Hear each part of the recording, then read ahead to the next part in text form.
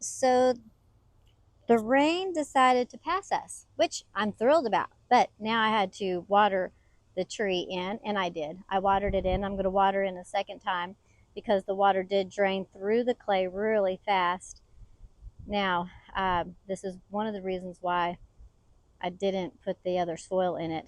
That water went through real fast, but that clay will suck it up and hold on to it instead of it sitting like a swimming pool. But if I had amended it with too much of my own soil, there'd be a swimming pool at the very bottom of those roots where it hits the hard pan, and I didn't want that. So anyway, that's why I didn't amend that soil. Also, I moved this maple tree out from behind there because I didn't want you to see this green and then also see that green right behind it. So I moved it. But when I moved it, let me show you what I found. Bad, bad, bad. Well, a couple bad. First, badder is this wild raspberry. Oh, these are like monstrous here. And I haven't had this in my yard for a while. So this thing is going to get dug out very carefully. I'll be like a surgeon. I'm going to find all those roots, make sure I get all the way to the bottom. Second bad. Yes, needlepoint ivy. Must be loving its life because I see that it's gotten kind of long. Which it hasn't escaped this area, and it is kind of pretty, but I don't want it to get any bigger. And look, it's starting to come out this way. So I'm scared. I don't want it to get any bigger. And as this area grows with more and more shade, that means more and more of this. So I've got to take care of it now. Anyway, I'm going to set up my tripod. That way you can see me dig this sucker out. These things hurt. If you've ever seen them get big, their stems are like bright red with a gazillion thorns. Ugh, they're terrible. Okay, I think I have it set up pretty good. Let's clear out the stuff around it.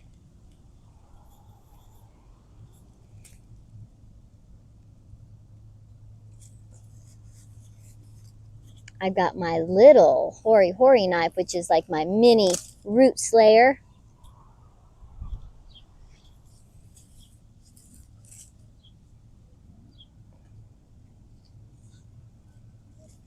Move this mulch from around it.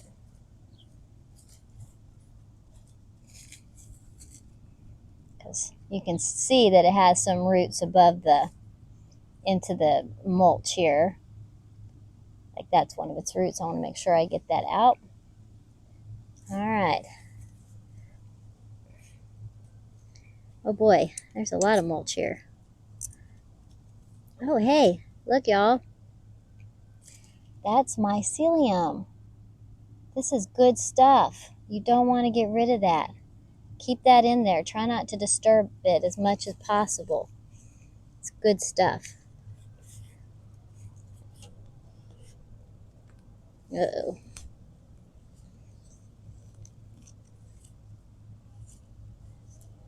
Oh, I might have, oh, that does look like a taproot. I think I got it. I think I got the whole thing. But there is one root here. Let's get that mycelium off of it and put it back inside. This might be a root to my Japanese maple right here. So I'm going to put that back in and I'll watch it. I don't think that's the root to the raspberry. Pretty confident in that assessment. And because if you look at this, that root was a different color. And this doesn't have any large shoots off of it. So there's no breaks on this. No breaks along it. That would suggest there's another bigger root. Okay, now get that out of here. I'll throw that in the trash. That doesn't go in the compost pile either. All right. Oh, okay. Well, this hasn't even rooted in yet. So really, I can just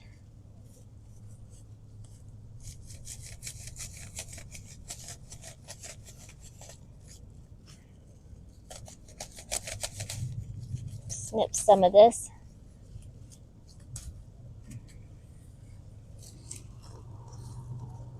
And I'll probably go put some of this in a container that I can keep my eye on. I just don't want it in the ground.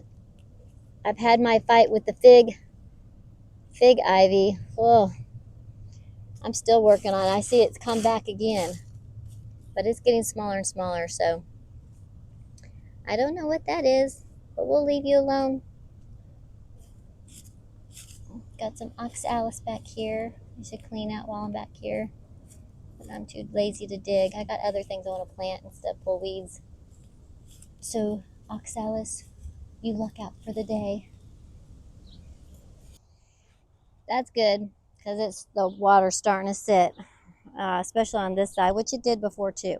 But now that I have that, where's my... Take some of this soil from back here. Whew, welcome to the family. All right, so now I'm going to move this little maple tree. Let me get its bricks that it was sitting on and move them over to where I'm going to put it. Where I think I'm going to put it, let me say that. Tree limb, not sure where it came from. And I decided not to fill my garden beds with the Holger culture method just because they weren't as deep as I thought they'd be. And so it was only a foot of space I had to fill.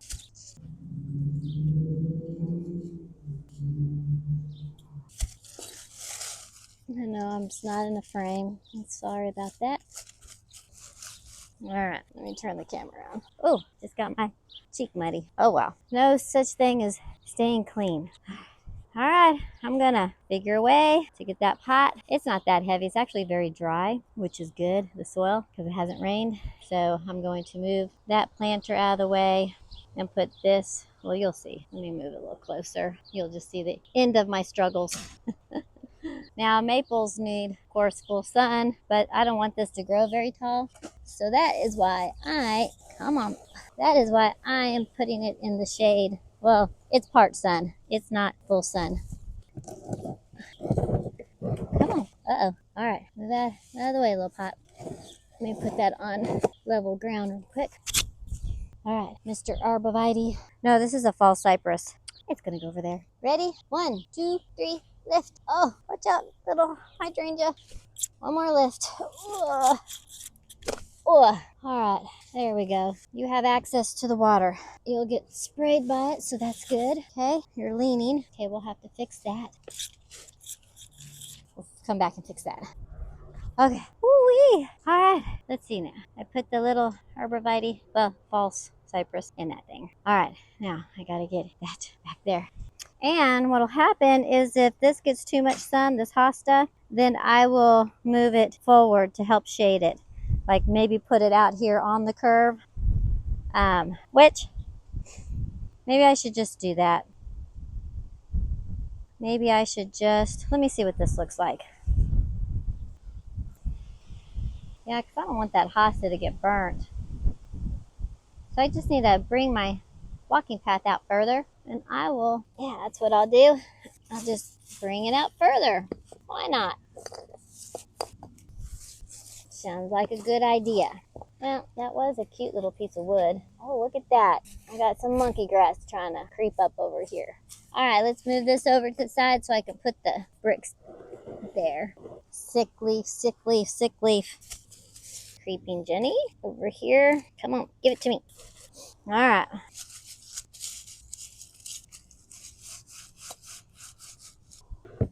Big lift. Ugh. I see you, mosquito. All right. Okay, I see some monkey grass. All right, let's see. Did I make an improvement or did I make it look... Oh, you really can't see my hosta. Okay, I guess I'll put the juncus. In front of that. That's what I'll do. And I need to turn that around. So let's turn you around. Okay, now the hole's not facing forward. All right, probably should make it face back, huh? Because who wants to see it on the side? You're right. There we go. Face the back. Face the back. Still leaning kind of, sort of, but I think it'll be fine. Get some other stuff up under it. I'll bring some rocks or something. I just planted this little, this is a Nandina heavenly bamboo, and I believe it's blushing is the variety, and it blushes out with these pretty little, you know, the leaves are green, but they have this blush pink tinge to them as if it's blushing. It's pretty. Okay, so you can see the hosta, you can see this, you can see that, so I'll put that pot right here. There we go. Yeah, much better, if I do say so myself. Ooh, but I gotta scoot that pot over a little. Sure is windy for it not to rain again. Huh. All right, well, we're getting some stuff done, though, so that's good. That is good. All right. All right, what's next on the menu? Well, let's see. I still have a lot to clean up. I really need to stake up this maple that's over there. I don't know that you can see it. It's in front of the variegated hydrangea. You see it makes a there, and then it goes whoop, and then it goes whoop. Yeah, it looks like an inchworm. I don't want it to harden in that shape, so I need to do something about that. So I might go get me some stronger stakes, stake it up. And then I could also work over here. Can't see my little hydrangeas now, but give them time, and they'll be 5 feet tall. And you'll see them. But for now, they're hidden back there. But that's okay too. I was saying earlier, this is the first picket my husband made. And he's like, what do you think? And I was like, well, I don't think I've ever seen a picket that looked like that, but I can use it in the garden somewhere. So I'm actually going to end up using it as a trellis. And he's working on another picket for me. And when he gets that picket done, I'll look at it. And if it looks good, then he'll repeat that and we'll have us a picket fence. So that's where I was. And that's where that tree is. You can see the tree now right there.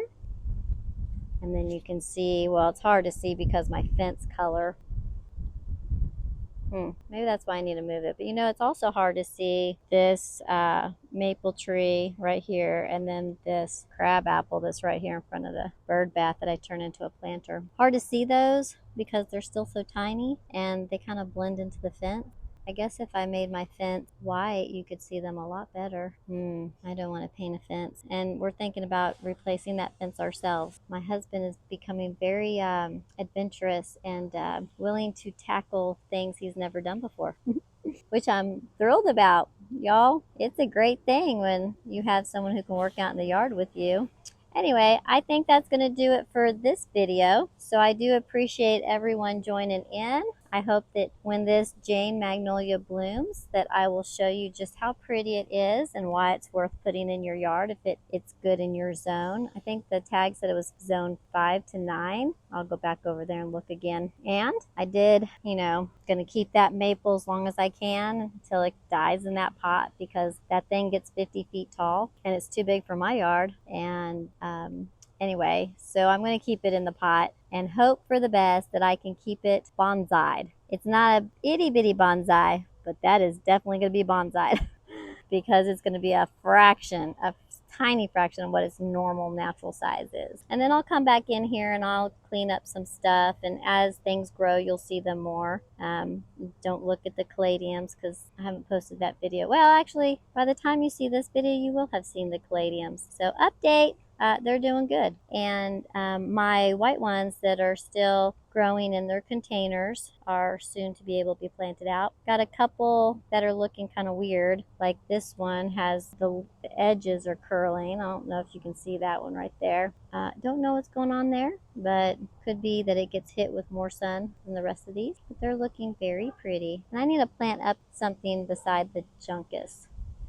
The hosta looks good. The little oak leaf hydrangea looks good. Oh, speaking of that, little oak leaf hydrangea. Do you see it back there? It's right there. And it is perking up. This little honey oak leaf hydrangea was where this blue pot is, where I put this blue pot. It was right here. And it was wilted for several weeks. And I tried many things to perk it up. And I finally decided it's either dig it up and hope for the best or it's going to die. It was one or the other. It did not look as good as its neighboring relatives. So I dug it up, put it in a pot, cut it way back. And sure enough, it is perked up. So I'm thinking after doing all of that. It is in mostly all day shade back there, recuperating. And I'm thinking that even though it was taller of the three, and it must have done that because of the sunlight, I don't think that it appreciated the heat intense sun, and it just could never recuperate from the heat. So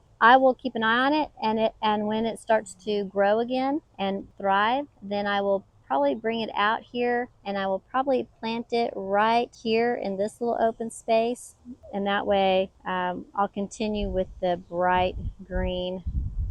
So got the space, the span of the frame, so probably somewhere right here. Probably not too close to this because I do have a hosta that's got bright yellow leaves. So I'm thinking, even though it's not a perfectly spaced out measured, I think I'm going to put it right here where that purple heuchera is, and then bring that heuchera forward, because of course they cannot be in the background. They have to be forward. They're just so pretty. You just cannot sit them in the back. So that's my plan, and you'll see that in another video. Sorry for any windy noise. It is windy out here, and I guess I should have put my microphone underneath my shirt, but I didn't do it, so I apologize. But I hope that you enjoyed this video, and again, if you did, please hit that like and subscribe button. Alright, so I'm going to plant up this larkspur. I think I tried early on in my gardening career to have this plant. Actually, let's bring it further out, because I'm going to put my echinacea there. Let's do it like right here. And since the weather is cooperating, I better take care of it now. Yep, I know. I keep taking some roots from you, tree. I'm sorry. They're not super large roots, but still, I don't want to be hurting its roots too much. And normally I would, if this was a smaller can, this is another reason why I like to buy small 4-inch plants, because even though you get a bigger wow factor right when you plant with these larger ones, and this one's not super large, it's like a 1 gallon. Anyway, no, half gallon. You don't have to disturb roots like you do when you do the larger containers. So smaller container for me, I prefer. I think it's good, especially if you're planting around any trees or anything with roots. But this is what they were selling, so that's why I picked up this. And here's the larkspur right here. As usual, I'm going to plant it up a little high. Oh, you're going to fall. Put some more soil back into it. Get some biotone to put in there real quick.